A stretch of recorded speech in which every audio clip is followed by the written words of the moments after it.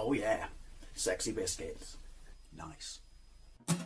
Long boys blues, 1975. YouTubers on the rise. Reviewing games, rated I and sometimes friends. But Long boys blues, 1975.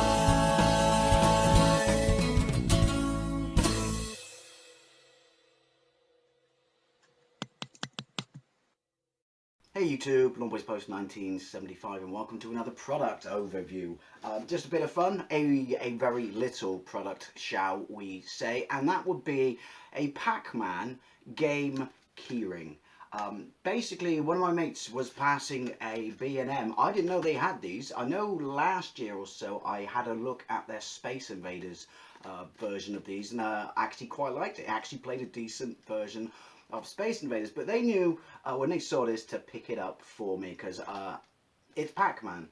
But also there is a reason I am taking a look, excuse me, where are my manners? It's something as crude as this, although to be fair I am a retro channel, so I've taken a look at my fair share of crude things. But safe to say, it's £9. I think it's safe to say this is part of their Christmas range. It's a stocking filler, because let's be honest, you're not going to use that as a keychain, are you? It's a brick. It's huge, and also it's going to get completely and utterly mangled by said keys. It's a present, isn't it? It's a stocking filler, essentially, for people of a certain vintage, of which I am such. But, and they knew to pick this up for me because they know that. You got to remember, right, before the Game Boy kicked in, which in this country was a tad late to the party, it didn't show up till the tail end of 1990. Basically, what we had for sort of handheld gaming was LCD based games, LCD based technology such as this. It was, you know, obviously you could argue that Nintendo created it with their Game & Watch range of stuff, and also there were Pac-Man sort of knockoffs, and obviously Pac-Man after Space Invaders, I'm guessing that's why it's in this range of products, was absolutely huge. It was a global phenomenon.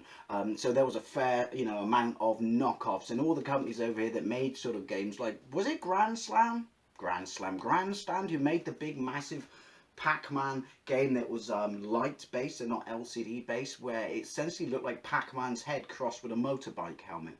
I can't think of the name, but you probably are aware of what I'm talking about if you are of such similar vintage as I.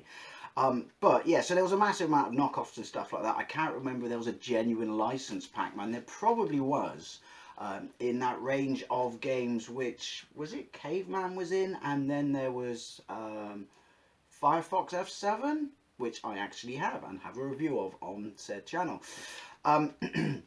I don't know, I'm clutching at straws, but basically this is what gaming technology was for us as children, handheld gaming technology, and to some degree also actual gaming units, you know, tabletops and stuff like that, because we're talking late 70s, very early 80s with this sort of technology. I mean, even when the Spectrum kicked in '82 and the Commodore 64 and other various computers, even though you had the power to do it, the first initial bunch of Pac-Man clones, we had Gobbler Ghost, which just sounds awkward.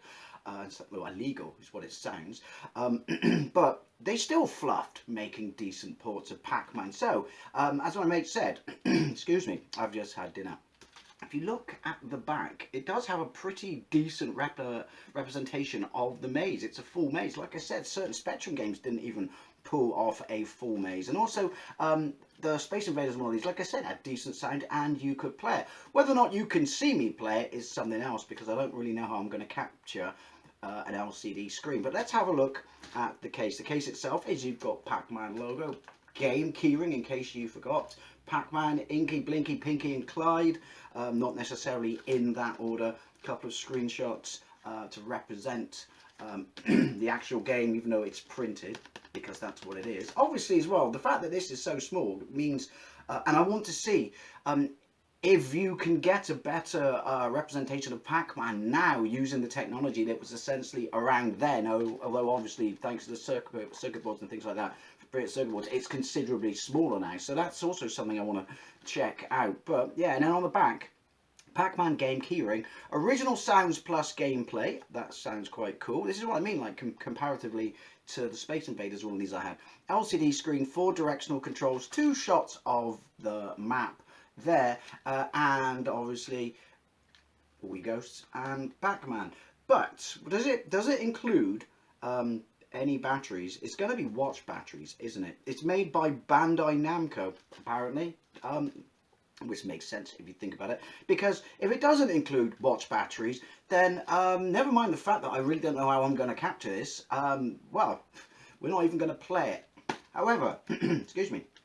One thing I don't like about these is, if you're someone like me who likes to display things, even things as crude as this, I hate these blister packs that are like, you could use them as a stab vest, and there is no way, I mean possibly for shoplifting and things like that, that you can easily take it apart and then reassemble it. Hence the fact that I brought up with me a pair of scissors.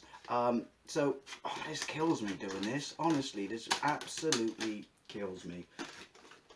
But needs must, needs must. There we go, as you would expect. Well, 2 things. One, I forgot to bring my screwdrivers up because I just assumed that it wouldn't have a screw in back. And also, it's incredibly, incredibly light. There is a speaker on the back. I'm guessing that this isn't watch batteries if you look at the size of the unit. Screw to stop, well, kids chewing it. But a kid, what kid, young kid these days is going to be interested in Pac-Man? Even know what Pac-Man is. It's a nice looking unit despite the lack of weight. You have a ghost on the left. You have the traditional cartoon version of Pac-Man. You know, they would get on the cabinets and stuff like that. On the right, yeah, you have up, down, left, right, on, off, start, pause, and volume. And right off the bat, I can see that. Can you see that? The maze isn't centered very well. Quality control, people. Quality control. Right, anyway, excuse me 1 second while I go and get myself a set of screwdrivers. Well, I'm hoping that this takes AAA's, because for the life of me, I cannot see anywhere on the packaging what batteries it actually takes. So if it doesn't take AAA's and it takes a watch battery, we are fudge out of luck.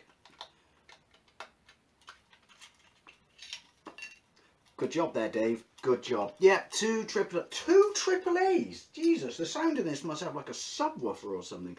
I have no idea where that screw went. I'll find it the traditional way you find anything sharp in a carpet.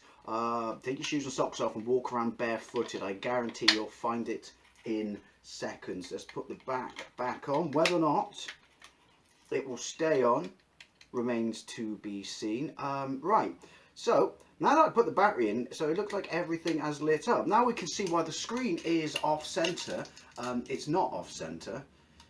It's to incorporate the game over sign. Can you see that? Again, I have no Scooby how I'm going to capture this. I'll have a quick play myself. On. Is it on? Yeah, so it powers on automatically when you turn it, put a battery in. So when the game over sign appears, it's because it's actually on. So look, off, on. Again, that's why the screen is off center. And then we press start. We got a volume. That's the lowest. That's the lowest volume, really. That is unbearably loud. Now, what you can't see is Pac-Man is tiny. It's actually quite, responsive. The ghosts flicker, so it's kind of like playing the Atari 2600 version. Well, yeah, do you know what? That's low. That's high. It sounds like the rozzers are coming. Right, so am I right in thinking that when they're flashing, yep, it's not doing the Atari 2600, it means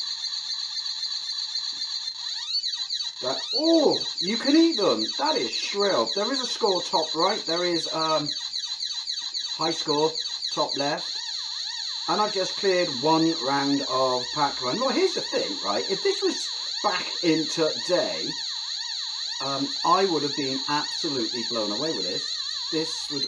Hang on, didn't I collect a PowerPoint? This would have rocked my world, because the maze size is bigger than some 8-bit computer versions of it, and it basically plays like Pac-Man. I will try and capture it in a moment. I would have liked, it's built to a cost. It's certainly not worth £9, but then I didn't pay for it. It's built to a cost, but I certainly would have liked my Pac-Man sprite to be slightly larger, i.e. I can actually see him. Also, it is, well, it's like a Game Boy Color, isn't it? You've got to line it up perfectly with your eyes in an angle, essentially, so you can see the screen. Because trying to make out where the power pills are is bloody, oh yeah, hard. I think nope, there's still 2 there. I'm being methodical. Oh, it's the old bill again. You can leave them made from one side, which I did to my certain doom there, and go to the other side. Do you know what? It's alright. It's alright. It plays Pac-Man. I mean, obviously by today's standards, well, it plays awfully. But if you compare it to what we had, like I said, back then, it plays a version of Pac-Man. Right, anyway, your mind ghost. We're going to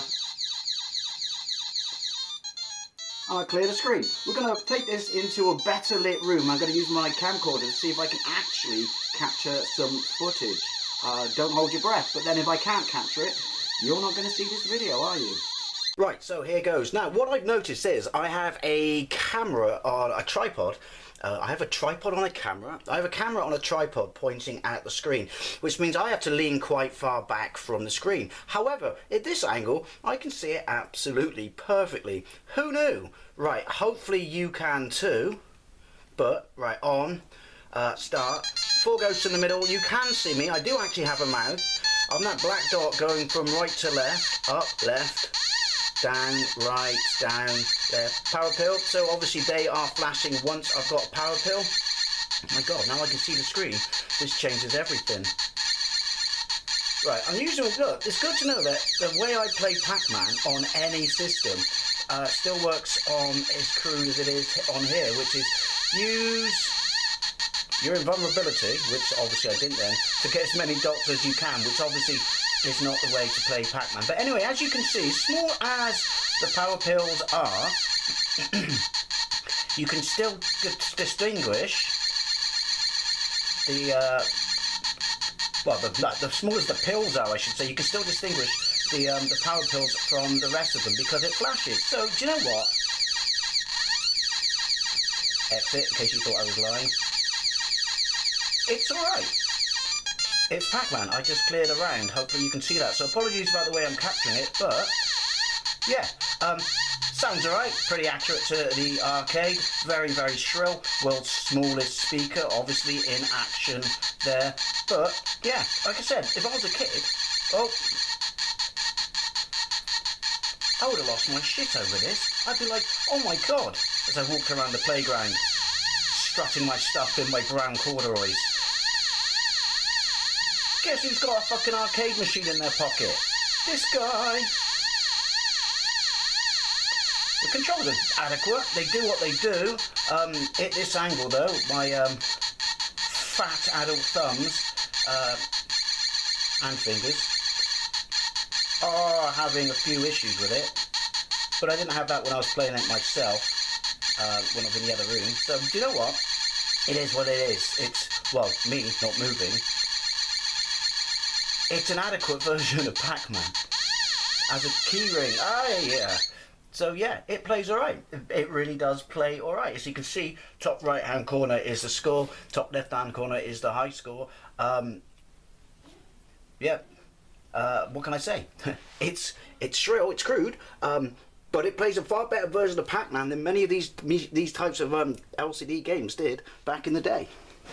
So there we have it, Pac-Man LCD game keyring, available from B&M for £9. I don't know if I was going as far as to say wow, for £9 because I sincerely doubt there's more than £3 worth of parts in this. But as I said, the curiosity factor for me for this was what basically video gaming was up to a certain point of time in my childhood. Can it do far better at such an established and well-known game as Pac-Man now compared to what it did then? And basically, as crude as it is, hopefully, I mean, I didn't capture it too well, but hopefully you could see enough to know that it plays a very decent, competent game of Pac-Man for what it is. It certainly has a bigger maze and plays a lot better version of Pac-Man than any of these sort of clones and things I had back then. And certainly a better version of Pac-Man than some of the games on the ZX Spectrum. Is it worth £9? Certainly not. But basically, it's a stocking filler for you to play once and possibly never touch again.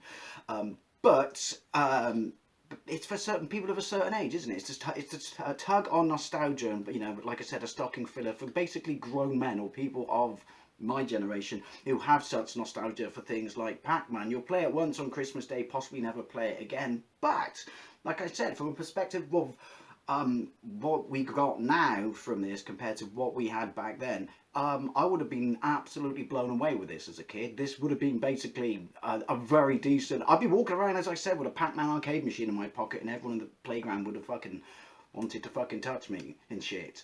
That's a Terrence and Phillip quote, by the way. So yeah, there you go, Pac-Man. I mean, would I recommend it? I suspect that quite a large of you of certain vintage will possibly be getting this in your stocking this Christmas. But yeah, it's right, shits and giggles and stuff like that. It's a very decent version of Pac-Man for what it is, which is not a keyring. Anyway, as always, I'd love to know what you think, especially if you've had this, and what are your memories of any of the old school LCD Pac-Man games that, you know, were handheld gaming for us as kids back in the day. Thank you very much for watching. I'll see you later.